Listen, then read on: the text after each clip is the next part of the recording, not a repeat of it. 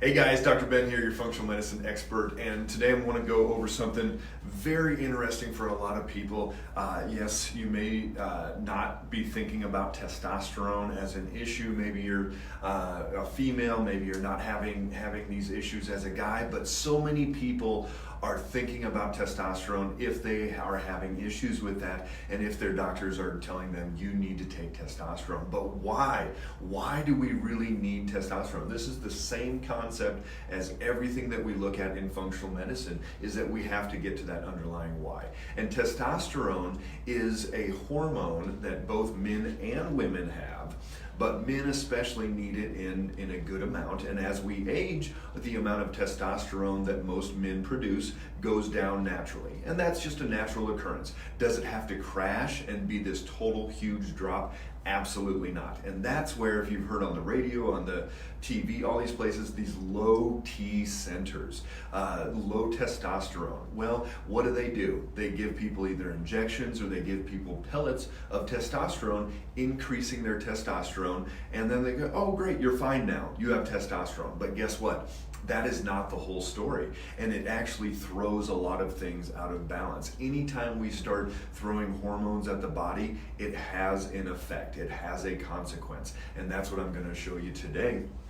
Most men, if they are having low testosterone, so their testosterone is low because they're actually converting it over to estrogen. And estrogen is going to be the main marker for us to be able to tell if we're converting this over or not. So if you do a hormone test and you see, oh, my testosterone's low, look at the estrogen. And then once you start taking testosterone, definitely look at the estrogen, because so many people, I see guys having estrogen of menstruating females. They're having hot flashes, they're growing man boobs, they're having all of these female hormonal issues because their testosterone is spilling over into estrogen. It is not that it's just a low production issue. The number one reason why we get low testosterone because it's converting over to estrogen is what? Here we go again. We've talked about blood sugar in the past, but blood sugar is the number one reason that we get this spillage. Just like for women, we'll do a talk on this one later this week. Just like in women, estrogen can start converting to testosterone for various reasons, and they can start having hairs on their chin, they can start having a lot of other issues where they have excess testosterone. But for guys, the testosterone is low because it's converting over, it's spilling over into that estrogen. And so what do we need to do? Well, we need to stop this conversion. We don't just want to add more testosterone in. I had a guy who came in, he was in his late 50s, he was having hot flashes. Did he call them hot flashes? No. He said, I'm getting red in the face, people are coming up and like, are you okay? You look all hot, all these things.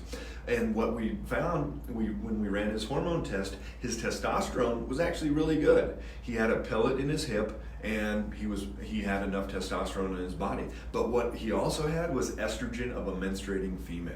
And what that did, that caused him to start having these hormone effects, these hot flashes.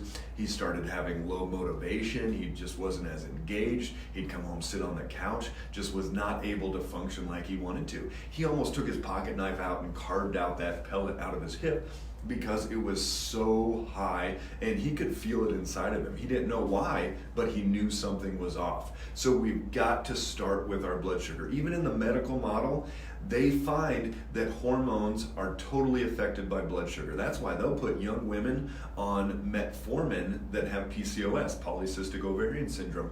They look at the hormones having this huge impact from blood sugar imbalances, and that's that insulin resistance we've talked about in the past, where that insulin receptor is not responding to glucose like it should. So what happens? Well, we've got to stabilize that blood sugar, keep it consistent, and this is going to start going away. There's things that we can do supplement-wise to come in and block this, but long-term, if you're not fixing the why, I don't care what you're taking, what drug, there's drugs that block this, and low T centers look at the that, and they say, hey, take this drug to block that. But why?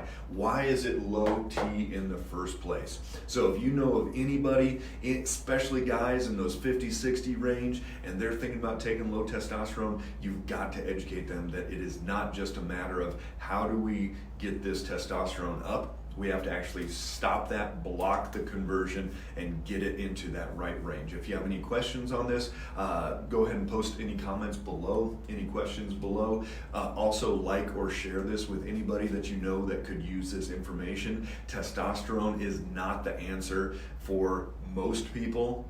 If it truly is just a low production issue, that's something, but if not, it's usually that conversion. You've got to fix the why, you've got to fix these hormones, but coming from the perspective of fixing the body and the underlying imbalances. So again, that testosterone is not low because it's low production. It's going to be low because it's converting over to estrogen, and we're losing testosterone because it's converting into estrogen. So those guys are going to be having the hot flashes, the mood issues, they're going to be developing breast tissue, all types of different things. And the biggest thing is that this increases stroke risk dramatically. Those people, if they live long enough and stay on this same path, very high likelihood that they're going to have a stroke. So if you got any questions, drop us a line, but otherwise, I hope this information was helpful today, and enjoy